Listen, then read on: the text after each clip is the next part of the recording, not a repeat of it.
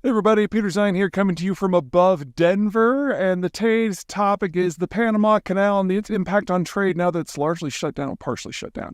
But before we get to the bad news, let's cover some good news. I do have good news from time to time. We have had another matching sponsor come in, adding another $10,000 to the match. So if you would like to donate to MedShare, which is a charity that provides medical assistance to communities who cannot look after themselves for reasons that are not their fault, specifically the Ukraine Fund, where the Russians have started bombing the power grid in an attempt to kill as many civilians over the winter as possible.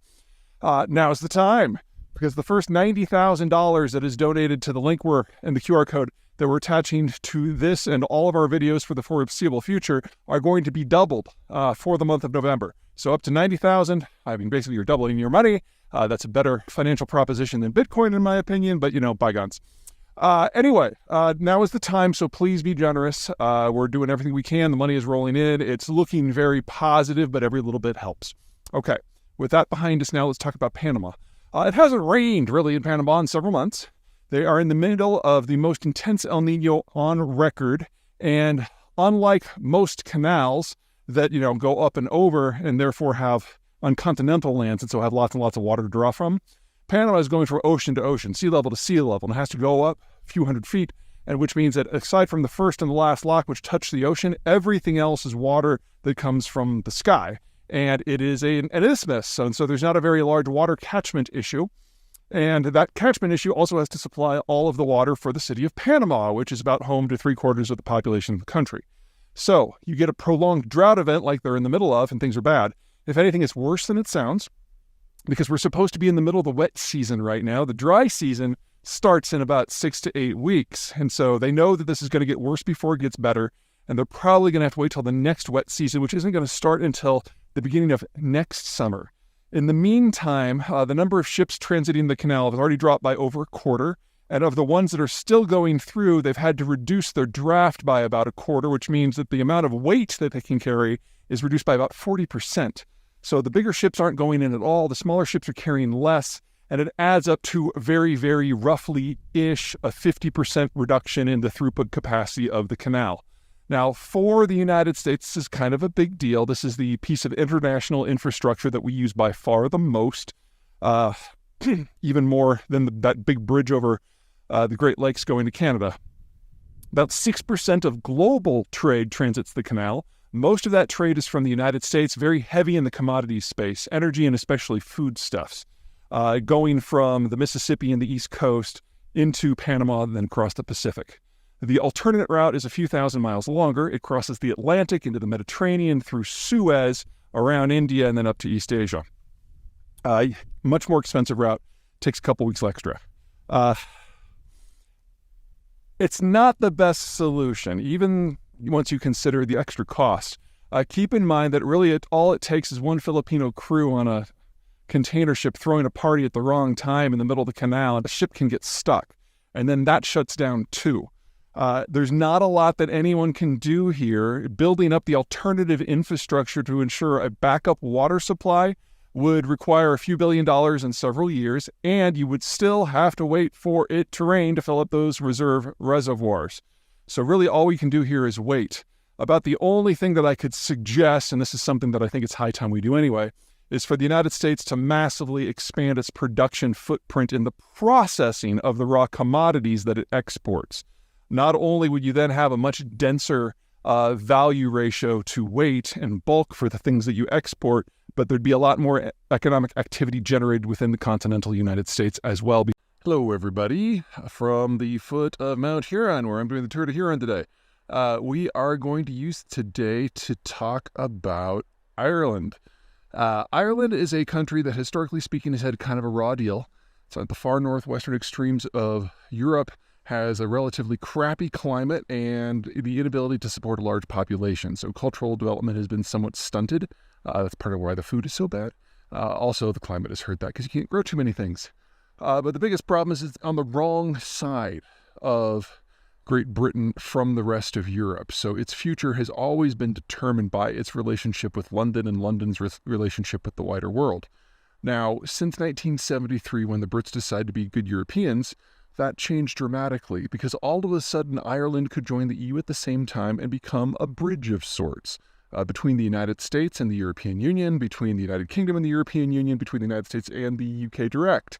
And being the broker and benefiting from access to the greater European market, as well as development funds, Ireland was able to go through the most rapid economic transformation of any country in the European space. And in a very short period of time, roughly 45 years, it went from the poorest country in Western Europe to the richest in per capita terms, unless you include the divorce capital of the world, Luxembourg, among the real countries. This was amazing. And Ireland became a biotech, a financial, and an infotech center. However, all of the same problems and evolutions that are causing countries and states and provinces the world over to kind of reassess have come for Ireland too. Number one, when you go through very, very rapid economic development, the population moves from the countryside to the cities very, very rapidly. It's the China story, it's the Taiwan story, it's the Korea story, it's the Ireland story. And so Ireland basically had this period of 40 years where everyone was becoming a yuppie and no one was having kids. And all of the money that would normally be spent on child rearing was instead spent on education and infrastructure development. It's a great story, but you can only do it once. And because the birth rate has been so low for so long, Ireland is in danger of flaming out over the next 30 years. Not as fast as, say, the Chinese or the Koreans will, but in the same kind of scope of problem. Second, Ireland is a bridge, and when the UK left the EU, that was a big flashing red siren. Because if the UK is going to negotiate its own deals, then it's going to have independent access to all of these places. And all of a sudden, the bridge that is Ireland doesn't matter so much. Now, the Brits have been uniquely incompetent and wallowing in narcissistic irrelevance ever since the Brexit vote. They've refused to admit that the only path forward for them is a crippling deal with the United States that will give them access to the NAFTA system, but at the cost of any sort of economic sovereignty. Until they accept that, Ireland is still the bridge. And so we're kind of in bonus time. We're kind of in a grace period right now. But sooner or later, the Brits are going to bite the bullet, do what they need to do, and then everything that has made Ireland special from a geopolitical point of view goes away almost overnight. And then they are left with a relatively childless society that has access to the EU, but no longer qualifies for development funds, and no longer serves as a bridge to anywhere, and is simply physically too far removed to matter economically unless they can find a way to go up the value-added scale very, very quickly. Now, the Koreans have shown that that is possible. The question is whether it's sustainable when you don't have a replacement generation. And then finally, there's the capital issue. As everyone ages into mass retirement, the volume of capital that we've become used to seeing for the last 30 years goes away. And for a country that's small like Ireland that has to import most of its capital anyway, that really is the kiss of death. So Ireland, like many other places, needs to reinvent itself. It needs to find a fundamentally new model because the one that they followed very successfully for the last half century is gone. The question is whether they can do that in an environment of demographic degradation and breaking trade links.